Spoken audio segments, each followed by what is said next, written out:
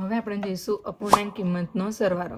તો સૌથી પહેલું છે કે અપૂર્ણાંક કિંમત કહેવામાં કોણ આવે તે, જે આપણે આગળના વિડીયોમાં જોયું કે જેને અંશ અને છેદ આપેલા હોય તેવી કિંમતને અપૂર્ણાંક કિંમત કહેવામાં આવે। તો હવે અપૂર્ણાંક કિંમતનો સરવાળો।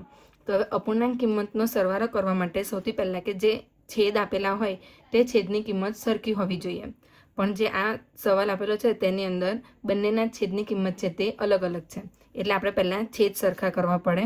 એટલે 3/7 વત્તા 2/5।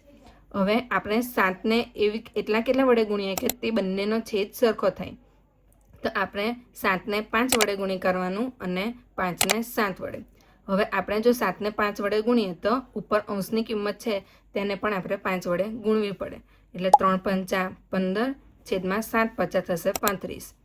એવી જ રીતે આપણે 5ને 7 વડે ગુણવા માટે પહેલાં 2ને બી 7 વડે ગુણવા પડે, એટલે 2 × 7 = 14 છેદમાં 35।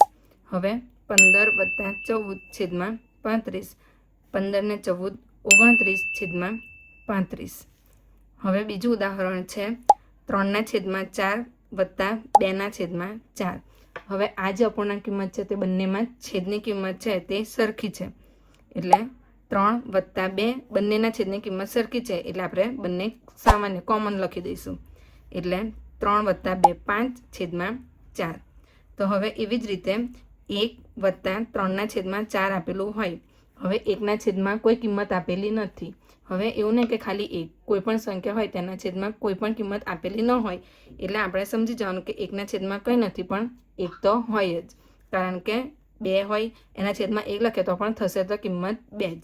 એટલે હવે આપણને અપૂર્ણાંક કિંમત માટે અંશ અને છેદ બંને મળી ગયા બંને સંખ્યા માટે। તો હવે આ જે કિંમત છે તેનો સરવાળો કેટલો થાય?